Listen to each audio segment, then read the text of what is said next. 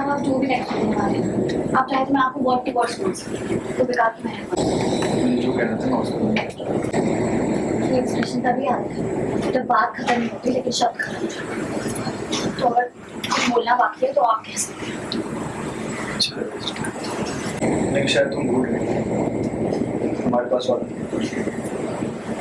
हमारे बेटी के बस कीजिए, हमारे बेटी के बस कीजिए ना, जो मैंने अपने हाथों से सही की। बस कीजिए राघव, मैं ये नहीं सुन सकती हूँ। मेरे हंसते खेलते अच्छे खासे ठीक बेटे के बारे में मैं ये मनहूस चीजें नहीं सुन सकती। मुझे तुम दोनों से बहुत जरूरी बात है। ये बात तुमसे तुम्हारे बच्चे से। प्लीज तुम दोनों बैठो, जो बात मैं तुम दोनों को बताने जा रहा हूँ बहुत बड़ी बात है, तो प्लीज ध्यान से सुनो। राघव प्लीज। नीलू जी, लीची को किसने बताया कि बच्चा इसी घर में? आपने तो कहा था ना कि सब कुछ संभाल लिया गया है। हाँ, आपने ही तो कहा था कि जिसको ये राज पता है उसका हमेशा के लिए मुंह बंद कर दिया गया है। फिर रीत को कैसे पता चला इस घर में उसका बच्चा है?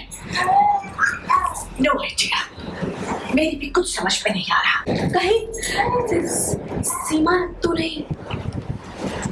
कम ऑन बेटिया, कितनी बार मैंने तुम्हें कहा है, सीमा खत्म हो चुकी है और इस राज को हमारे अलावा और कोई नहीं जानता।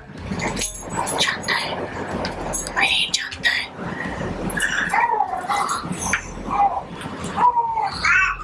अब मैं क्या करूंगी? जितना हो सके रीत को रियाज से दूर रखो। बच्चे को एक सेकंड के लिए भी अकेला मत छोड़ना। यू नो, ये बहुत चालाक है। अब जब उसके दिमाग में शक का कीड़ा घुस गया है, कुछ जरूर करेगी। हाँ, मैं उसको रियाज को दूंगी ही नहीं। जरूरत पड़े ना तो घर छोड़ने की धमकी दे देना।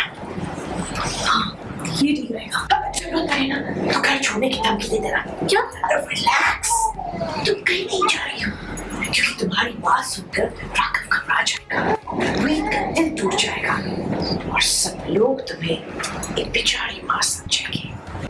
तुम रीत को देखो, हाँ, बच्चे से कितना प्यार करती है, हमेशा उसके सर पे हाथ रखकर उसे चुप कराती है। तुम्हें दिखाई नहीं देता बच्चा रो रहा है? जाओ, कम से कम प्यार करने की एक्टिंग तो करो। हाथ में जा रही है।